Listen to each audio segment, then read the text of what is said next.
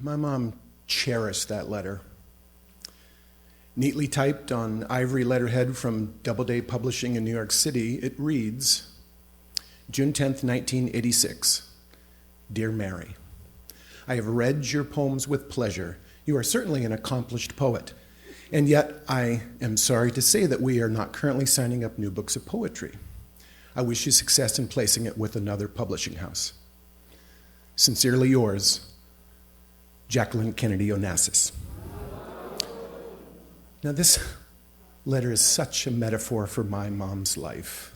Grace and brilliance commingled with rejection and defeat.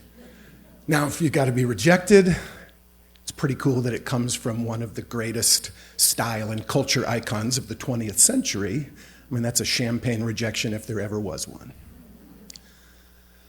Mom was born in 1937 to a devout Roman Catholic family, and by the time she was in high school and college, it was clear that she possessed this unique combination of confidence, grace, style, and intelligence. And among her friends, she was the go-to for both fashion advice and homework help. In the mid-1950s, she was in the first class of women ever to be admitted to the University of San Francisco. It was there that she met my dad, and they fell in love. They were married 1 month after graduation. My mom aspired to the example of grace, beauty, and intelligence set by Jacqueline Kennedy. And she so admired the ethos of Camelot that surrounded John F. Kennedy's presidency. I think she saw a little bit of herself in Jackie Kennedy. After they got married, she worked as a nurse, had 2 daughters, began to write poetry, and served on the school board. And it was a lot, maybe too much. Then in 1964, I came along, unplanned.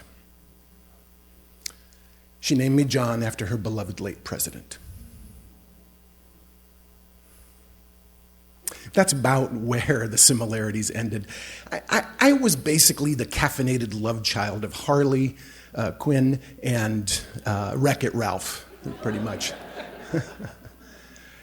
My 2 sisters would play with dolls, and I would dismantle furniture. They would hold tea parties with their teddy bears, and I would hold destruction derbies with my Tonka trucks. And Mom, she saw life closing in, her options narrowing, and her dreams fading. Camelot was looking a lot less like an enchanted castle and a lot more like a prison. And I do not blame myself, but it's right around the time that I was born that her lifelong struggle with serious mental illness began. And that, combined with multiple sclerosis and eventually divorce, it was a lot. And by the time I turned 25, I was launched, carefree, and pretty happy. And at 52, she was living alone in a small apartment and just getting by. So one day I visit her, and she tells me that her nursing class is having their big 30th reunion, and that she wants to go, but with the traffic and the long drive, she just can't do it. And I said, Mom, I'll drive you. I mean, clearly I owe this woman, reparations. So we get there, and immediately her classmates envelop her in love and nostalgia, and it is beautiful. And one by one, they share with me stories of the mother that I never knew. And one woman tells me about when they were cheerleaders for the basketball team, the national championship basketball team. My mom was a March Madness cheerleader before March Madness was invented. And then another woman says she probably wouldn't have graduated were it not for my mom's help with calculus. Are you kidding me? I fucking hated calculus. And my mom is a whiz. It was really an amazing time, but the drive back was somber and quiet. And at one point my mom says, honey, there's something I need to tell you.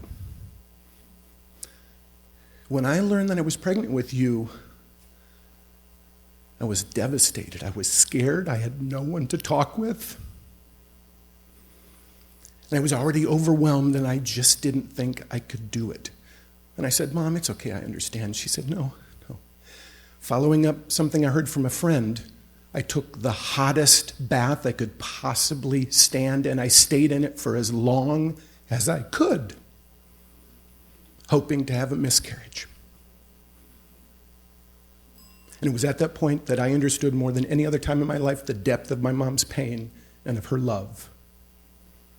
And for years I have wondered how her life might have been without me. And I'm here to tell you that I am so happy with my life. I feel blessed with my wife and my daughters and my community of friends. But I'm also here to tell you that in that parallel universe where she did have a miscarriage, in which I did not exist, that I support her with love and compassion and with all my heart. Because maybe in that parallel universe, she was a poet or a mathematician or even a president. Mom, I hope you found your way to Camelot. Thank you.